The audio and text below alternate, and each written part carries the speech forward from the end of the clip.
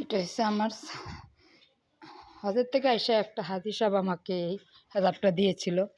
হজ করে বলছিল, বোন তুই আগামীতে হজ করে ফেলিস। ভাগ্য আর হলো না, ছেলেকে ভার্সিটিতে ভর্তি করে হজ করতে যাওয়া হলো না। যদি কখনো ছেলে পাশ করে আমাকে হজ করে আনে তাহলে করবো, আর না হয় আল্লাহ পাকি জানে কি হবে। তাই আমি প্রেম করে বিয়ে করছিলাম, এই জন্য আমার শাশুড়ি আমাকে বাড়িতে জায়গা দেয়নি। তাই অনেক শখের বিষয়, আমি একটা পুষ্কুনি আমার শ্বশুরবাড়িতে আছে। আমার মাছের অনেক শখ ছিল, তাই পুষ্কুনির মাছ জিয়েছিলাম। করোনার কারণে আমার বাড়িতে ঢুকতে দেয়নি, মাছ আমি আনতে পারি নাই, ধরতেও পারিনি, শখ পূরণ করতে পারিনি। সেই কারণে আমার বাড়িতেই আমি একটা ছাদ বাগান করেছি এবং হাউস বানাইছি মাছ জিয়ানোর জন্য। মাছ ছাড়ছিলামও, মাছ ছেড়ে দেখি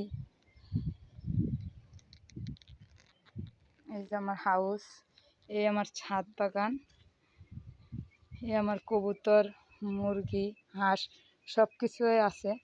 তাই এখন আমি এই ছাদ বাগান ভেঙে আমার ছেলেকে বিয়ে দিচ্ছি।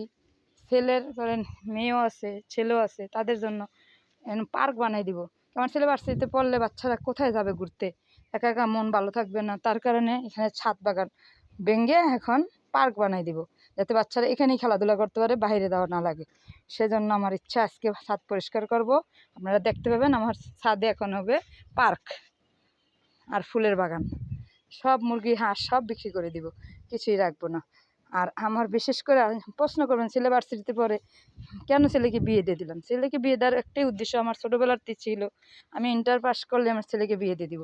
কেন আমার ছেলেকে বিয়ে দিয়ে দিব? আমার ঘরে কেউ নেই, আমি জব করি, আমার হাজব্যান্ডের রান্না বাড়ার কষ্ট হয়, ছেলের কষ্ট হয়, ছেলে একা একা থাকে, প্রতিবন্ধীর মতো হয়ে গেছে। একটা বাচ্চা কাচ্চা হয়ে গেলে আমি বড় থাকতে থাকতেই ছেলে মেয়েকে মানুষ করে দিব। সেই কথা শুনে আমার ছেলে করছে প্রেম। আমার শাশুড়ি প্রেম করার পরে আমাকে মেনে নেয় নাই, সে কারণে আমার ছেলেকে আমি অগ্রাধিকার দিছি যে আমার শাশুড়ি মেনে নেয় নাকি আমার ছেলেকে আমি তার বউকে মেনে নিব। মেনে নিয়ে আজকে এক ছেলে এক মেয়ে হয়েছে। আজকে নায়নাত করে নিয়ে ছাদে বাগানে খেলতে পারবো। যদি আজকে এই কাজটা না করতাম তাহলে তো আমার স্বপ্নটা পূরণই হতো না। আমার মেয়ের অভাব পূরণ হয়ে গেছে, নাতি আছে, নাতি আছে, আমার ছেলের বংশধর হয়ে গেছে। এখন আমার যে কোনো মুহূর্তে যে কিছু করতে পারবো। আপনারা খালি দোয়া করবেন, আমার পাশে থাকবেন, যাতে আমার ছেলেকে ভার্সিটিতে পড়াইতে পারি। সে সুযোগটা আপনারা করে দিবেন। আপনাদের 10 জনের কাছে আমি দোয়া চাই। এই বলে আসসালামু আলাইকুম।